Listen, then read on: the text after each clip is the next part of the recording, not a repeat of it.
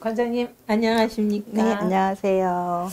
이번에 서울시 사회복지사 협회장 당선을 축하드립니다. 아, 감사합니다. 네, 시청자들에게 인사 말씀 부탁드립니다. 네, 안녕하세요. 저는 이번 제14대 서울시 사회복지사 협회장 당선자 심정원입니다. 지금 마포에 있는 성산종합사회복지관 관장으로 있기도 합니다.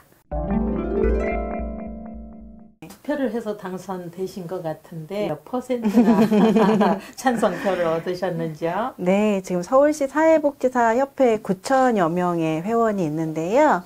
그중에 유권자는 7,015명이었어요. 2017년과 18년 회비를 납부해야만 선거를 할 수 있는 권한이 있거든요.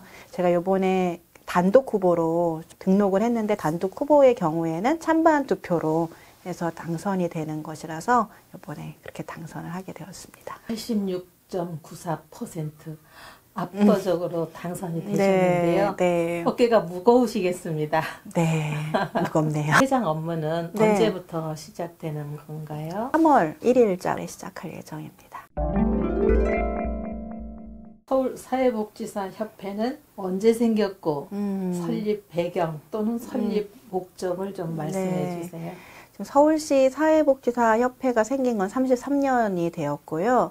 이제 설립 목적은 우리나라의 사회복지 사업법에 사회복지사들의 교육 훈련과 복지 증진을 위해서 한국사회복지사 협회를 두게 돼 있어요. 그래서 한국사회복지사협회의 지부로서 서울 지부가 있는 거고, 사회복지사 협회는 어떤 일을 하는 곳인가요? 일단은 사회복지사들이 좀 요즘 하는 일이 굉장히 많잖아요.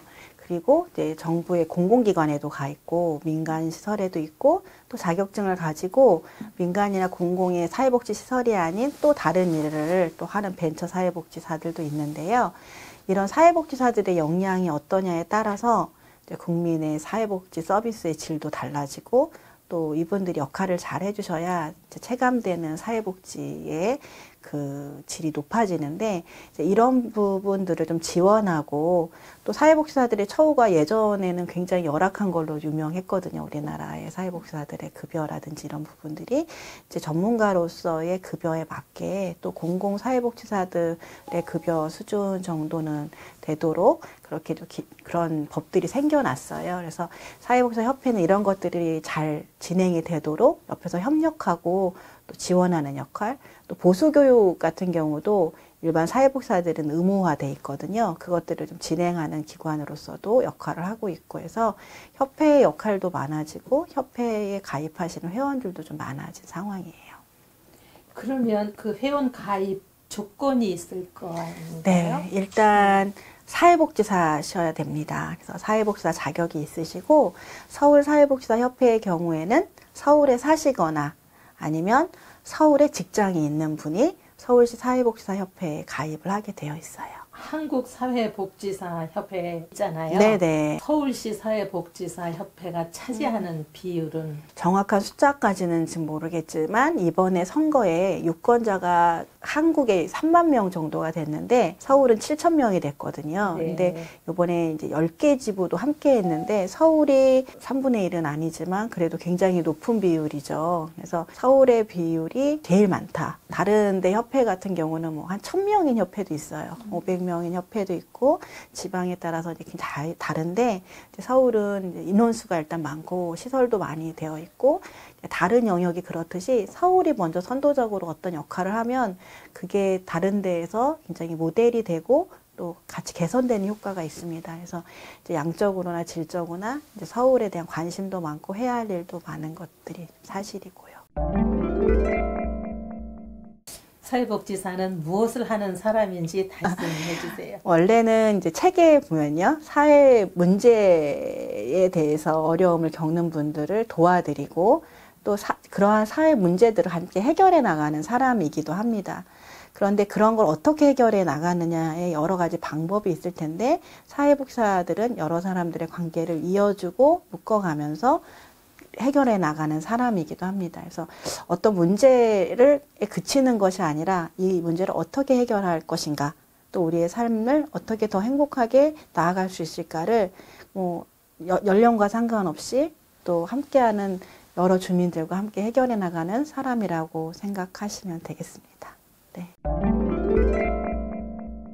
일선 사회복지사분들 중에는 수혜 대상에게 시달려서 네. 우울증을 앓는다거나 네네. 그 자살한 경우도 네네. 있었다고 하는데 네네. 그럼 서울 사회복지사들을 위한 권익 신장에 대해서 남다른 네. 견해가 있으시다. 네, 중요한 얘기를 해주셨는데 막상 도움이 필요한 분들에게 도움을 주고 또 어려운 분들을 도와드려야 되는 사회복지사분들이 실제로 어려움을 겪는 경우가 많아요. 네. 왜냐하면 사회복지사들 중에는 이제 사회생활을 시작한 분도 계시고 인생의 경험이 뭐 이렇게 다양하지 않은 경우도 많은데 막상 만나는 분들은 사회에서도 되게 어려움을 많이 겪고 계시고 취약계층이라고 하는 어려운 상황에 계신 분들을 많이 만나다 보니까 그분들을 만나면서 오히려 본인이 한계에 부딪히기도 하고 절망에 빠지기도 하고 이제 지금은 뭐 자살이나 이런 얘기를 해주셨지만 실제로 뭐 고객분들한테 폭력을 당하거나 어려움을 당하는 경우도 생기게 됩니다. 그래서 이제 이런 문제는 사실 없어야 되는 누구에게나 안전이 제일 중요하듯이 사회복지사들에 대한 안전도 되게 중요해서 서울시 사회복지사협회의 경우에는 2018년 12월부터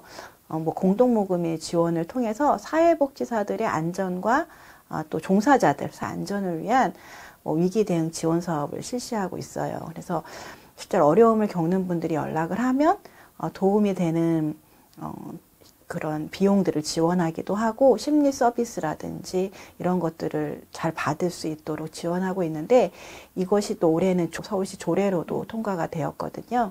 그래서 더 이상 개인의 문제나 기관이 책임져야 될 문제가 아니라 사회에서 함께 관심 가지고 도와야 될 문제로 보고 그런 문제에 적극적으로 대응하려고 노력하고 있고 그 부분이 이번에 선거할 때도 두 번째 큰 공약으로 안전하고 활력 있는 사회복지 실천 현장이 있어요. 그래서 우리가 일하는 곳에서 행복해야 삶이 행복한데 사회복지사들이 또 행복해야 주민들도 함께 행복할 수 있는 것 같아요. 함께 만나는 사회복지사들이 웃고 즐거우면 함께 만날 때도 힘이 나는데 뭐 힘들어하고 어려워하고 있으면 사실은 또 가고 싶지 않잖아요. 우리 주민분들도. 그래서 이제 그런 현장이 되도록 지원하는 일을 하려고 합니다. 사회복지사가 근무하는 기관 중에는 네. 여기 성산 종합사회복지관처럼 노인복지도 병행하거나 노인복지기관이 따로 있는데 네. 노인복지와 관련해서 한 말씀 해주세요. 네. 우리나라가 벌써 고령화 사회다, 또 저출산의 문제가 있다, 이런 얘기를 한 지가 굉장히 오래됐잖아요.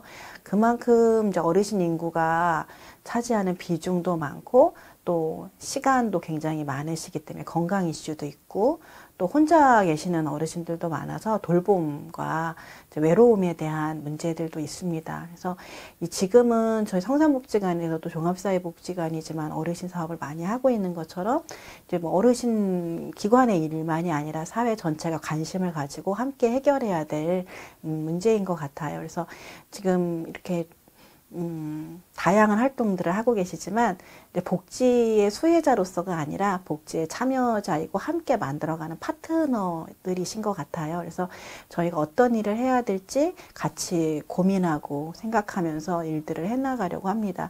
또한 중요한 거는 이제 복지가 어떤 기관과 개인의 1대1 관계가 아니라 사회와 협력적인 관계가 다 돼야 되는 것 같아요. 예를 들면 성산복지관에서 급식 서비스라든지 뭐 어르신 사회참여 일자리 사업이나 또 다양한 일들을 또 주민조직이나 이런 것들 하고 있는데 이제 그런 것들이 지금 보건소에서 하시는 건강사업이나 또 여기 노인 통합돌봄 서비스나 이런 거랑 좀 잘 연결이 돼서 이제 중복되거나 겹치지 않으면서 필요한 일들을 꼭 함께 할 수 있도록 그렇게 하는 것이 필요한 것처럼 사회복지 현장에도 그 지역에 어떤 기관이 있느냐, 또 노인이 어떤 어르신이 많으시냐, 그러니까 당장 식사가 어려우신 분이 있을 수도 있고 일자리나 사회 참여가 필요한 분들이 있을 수도 있고 또 오히려 봉사를 하거나 뭔가 즐거움을 찾으시는 어르신들도 계실 텐데 거기 지역에 맞는 서비스와 또 실제적인 사회복지가 이루어지는 것이 필요하다고 생각합니다. 그래서 그런 공부를 굉장히 많이 하고 있고요. 사회복지사들도 이제 그런 부분들이 앞으로 발전해야 될 또 영역이기도 한 것 같습니다. 사회복지사들이 어떤 일을 해야 된다고 생각하십니까? 사회복지사도 이제 직업이거든요. 그러니까 내가 어떤 직업을 생각하느냐, 사회복지사의 일을 선택하는 거고 영역이 굉장히 많아요.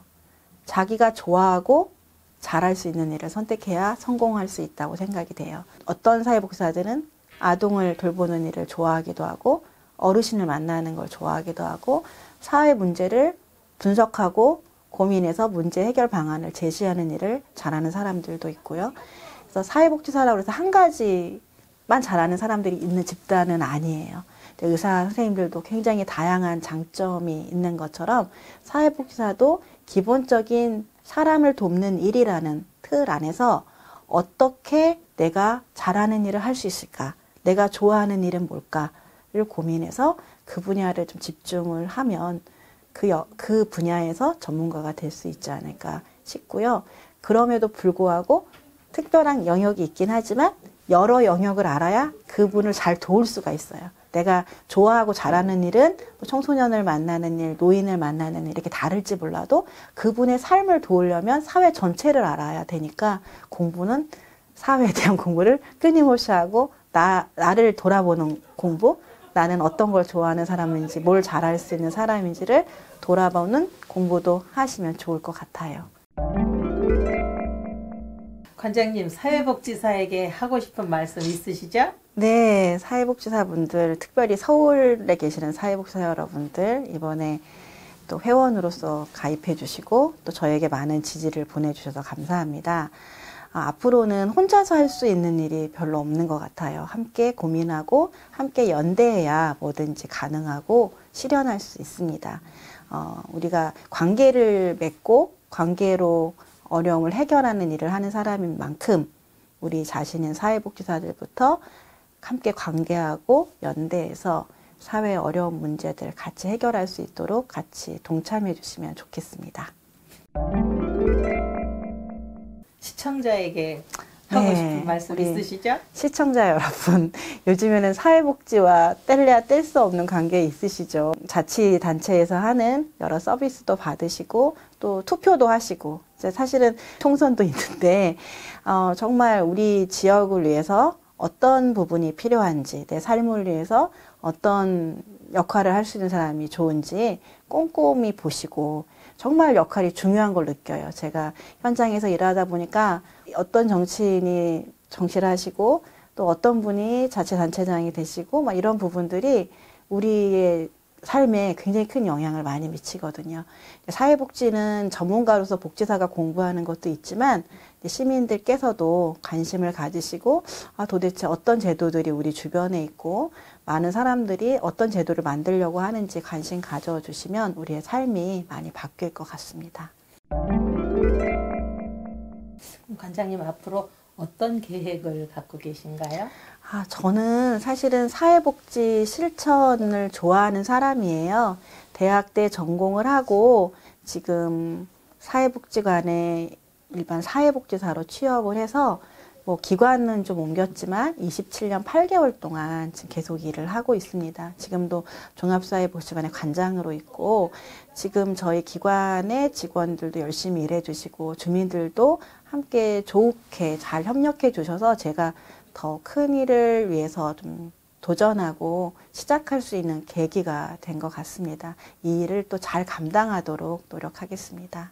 네. 마지막으로 하시고 싶은 말씀 있으시면?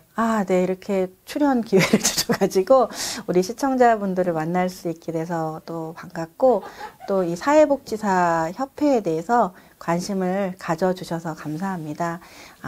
사회복지에 관심을 안 가질 수 없는 사회에 살고 있어요. 우리가 어떤 전문 분야만으로 사회가 이루어질 수 없고 삶의 행복이 만들어질 수 없는 것 같아요. 서로의 삶에 관심을 가지고 공동체를 만들어가고 좀 도움이 필요할 때는 도움도 받고 또 내가 도움이 줄 수 있는 일이 있다면 도울 수 있는 마음이 있을 때 사회복지도 이루어지고 삶의 질과 행복도 만들어갈 수 있는 것 같습니다. 함께 관심 가지고 동참해 주시면 좋을 것 같습니다. 네. 네, 관장님 긴 시간 인터뷰에 응해 주셔서 대단히 감사합니다. 네, 고맙습니다.